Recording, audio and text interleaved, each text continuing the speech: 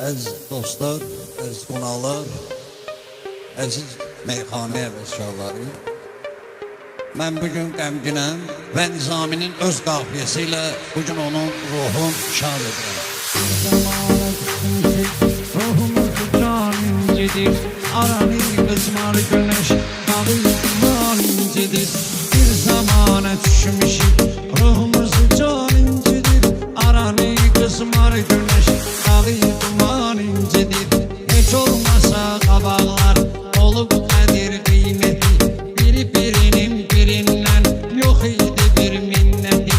Eynən nedir incidən bu qara cəmaəti, evdə canavar qovur, çöldə çoban incidir. Evdə canavar qovur, çöldə çoban incidir. Bir zamana düşmüşük, ruhumuz can incidir, aranı qızmar güneş, dağı duman incidir.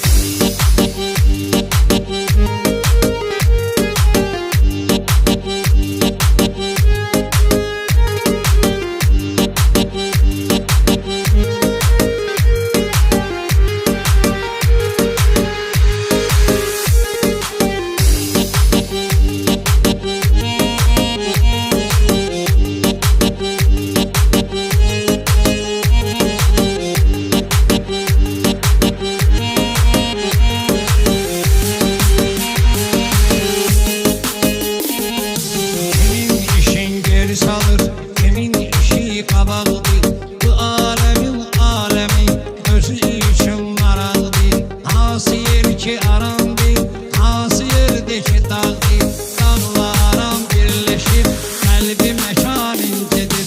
Bir zamana düşmüşük, ruhumuz can incidir, aranı qızmar güneş, dağı duman incidir.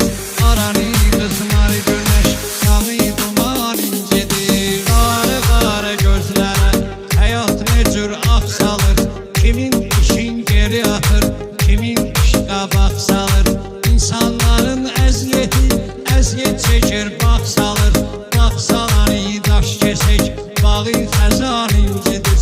İnsanlar əziyyət çəkir, əzabı ilə bax salır. Bax salanı daş kesək, bağı xəzan incidir.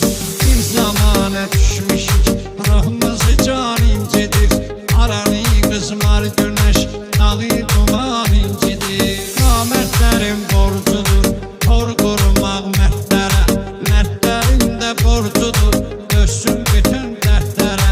Axırda pislik qalır, belə də o namərdlərə. Həqqi ədalət tutur, qəlbi vicdan incidir. Həqqi ədalət tutur, qəlbi vicdan incidir. Bir zamana düşmüşük,